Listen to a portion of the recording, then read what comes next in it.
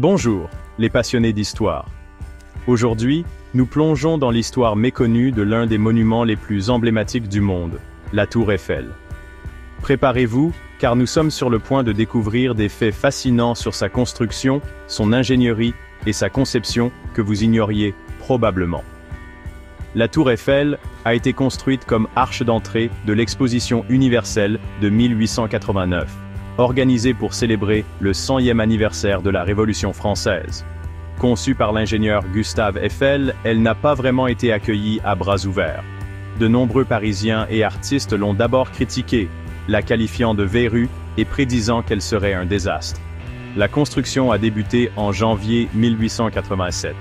Et au cours des 2 années suivantes, plus de 300 ouvriers ont méticuleusement assemblé 18 038 pièces de fer individuelles. Ce qui est vraiment remarquable, c'est que toute la structure est maintenue par 2,5 millions de rivets. Compte tenu de la technologie de l'époque, il s'agissait d'une prouesse technique. Parlons maintenant de la structure elle-même. Du haut de ses 324 mètres, la Tour Eiffel a été la structure artificielle la plus haute du monde jusqu'à l'arrivée du Chrysler Building de New York en 1930. Elle est composée de 4 piliers en treillis qui se courbent vers l'intérieur et se rejoignent au sommet, lui conférant cette silhouette élégante et distinctive. Ce qui rend la Tour Eiffel vraiment spéciale, c'est sa conception.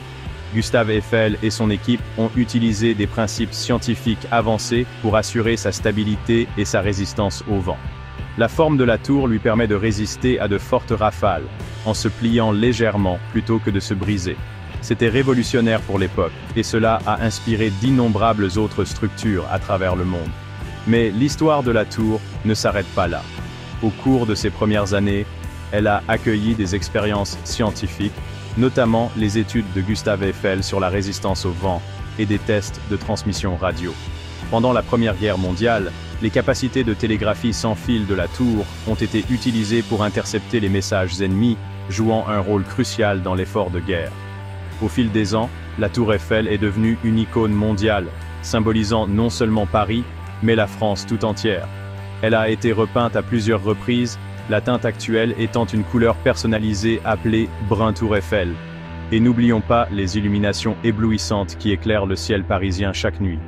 Alors, la prochaine fois que vous vous surprendrez à contempler une photo de la Tour Eiffel, rappelez-vous qu'elle est bien plus qu'un beau monument. C'est un témoignage de l'ingéniosité humaine, des prouesses techniques et du pouvoir d'une conception visionnaire. Merci de m'avoir accompagné dans ce voyage à travers l'histoire. Si vous avez apprécié cette vidéo, n'oubliez pas de liker, de vous abonner et d'activer la cloche pour plus d'aperçus historiques fascinants. D'ici là, continuez à explorer et restez curieux.